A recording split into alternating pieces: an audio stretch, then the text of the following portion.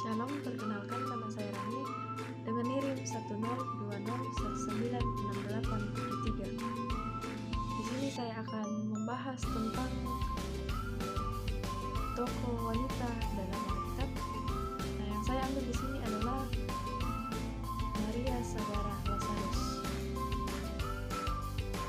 Adapun latar belakang dari tokoh Maria adalah kita ketahui bahwa Maria adalah seorang tokoh perempuan yang ada dalam Perjanjian Baru. Maria dikenal dan dibedakan dari Maria yang lain atau Ibu Yesus sebagai Maria saudara Marta dan saudara Lazarus yang tinggal di Betania. Maria dari Betania adalah salah satu tokoh yang indah dari antara firman dan dapat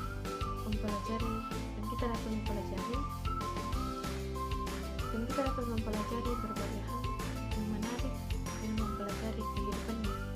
Maria adalah saudara Marta dan mempunyai saudara yang bernama Lazarus yang dibangkitkan oleh Yesus dari kematiannya. Adapun peristiwa keterlibatan tokoh Maria dalam Alkitab adalah yang dimulai dari peristiwa di rumah saudarinya, yaitu Marta. Bisa kita lihat di Lukas 10 ayat 38 sampai 42, dan di mana Yesus dan para murid yang berkelana bersamanya sedang dijamu. Seperti yang kita ketahui pada saat itu, sebegitu tertekannya Marta yang sibuk sekali melayani dan frustasi karena adiknya tidak membantu, sehingga ia menegur Yesus, tidak memperdulikan bahwa Maria tidak membantunya dan hanya duduk mendengarkan di kakinya. Nah, adapun respon yang Yesus berikan,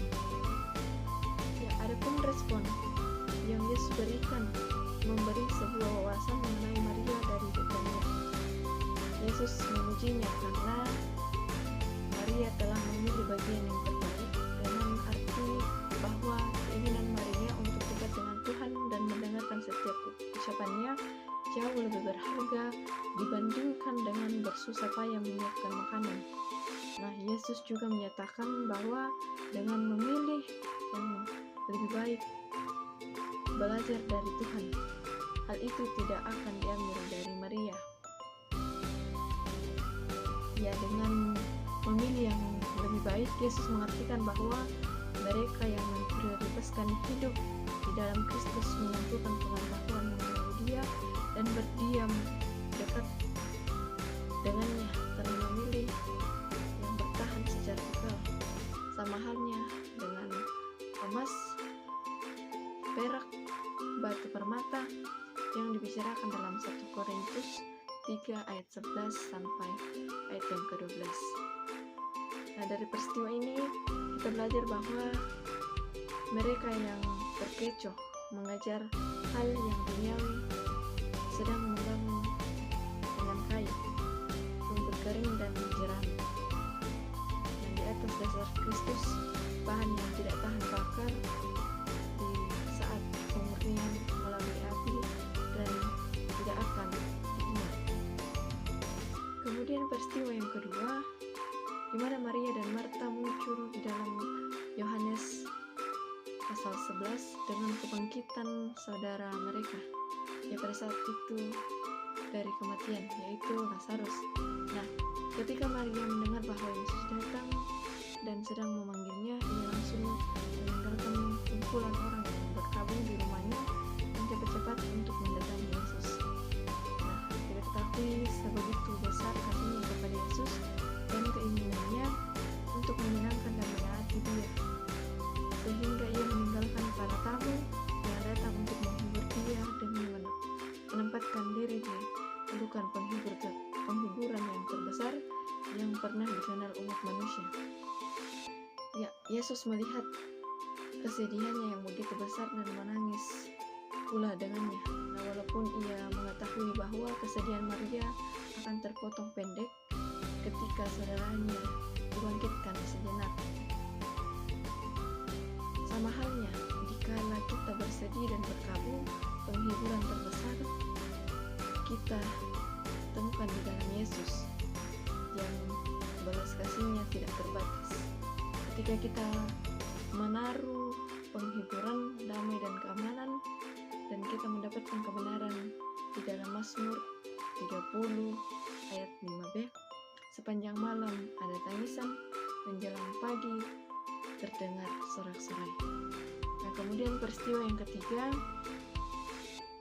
dan yang terakhir bisa kita jumpai Maria dari Betania adalah beberapa hari sebelum penyaliban Yesus. Kita lihat dalam Matius 26 ayat 1-6, kemudian Markus 14 ayat 3-9, kemudian Yohanes 12 ayat 1-8. Nah, sebuah perjamuan yang telah dipersiapkan di rumah Simon si kusta. Kemungkinan besar seorang penderita kusta yang telah dipulihkan Yesus dan menjadi salah satu pengikutnya. Sekali lagi Marta sedang melayani sambil Lazarus yang dibangkitkan duduk di meja bersama dengan Yesus dan para murid.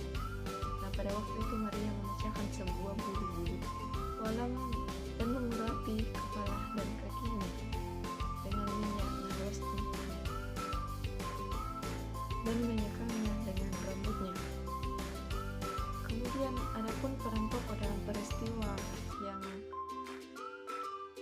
saya telah sebutkan tadi, yaitu yang pertama, Maria duduk dekat kaki Tuhan dan terus mendengarkan perkataan Tuhan di saat Marta sedang sibuk untuk melayani Tuhan.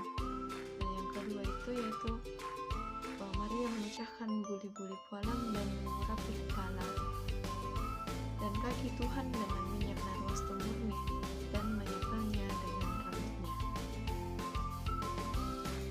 Ya, adapun sumbangsi kehidupan Maria bagi saya yaitu sikap Maria dalam menyambut Tuhan pada saat itu adalah baik adanya.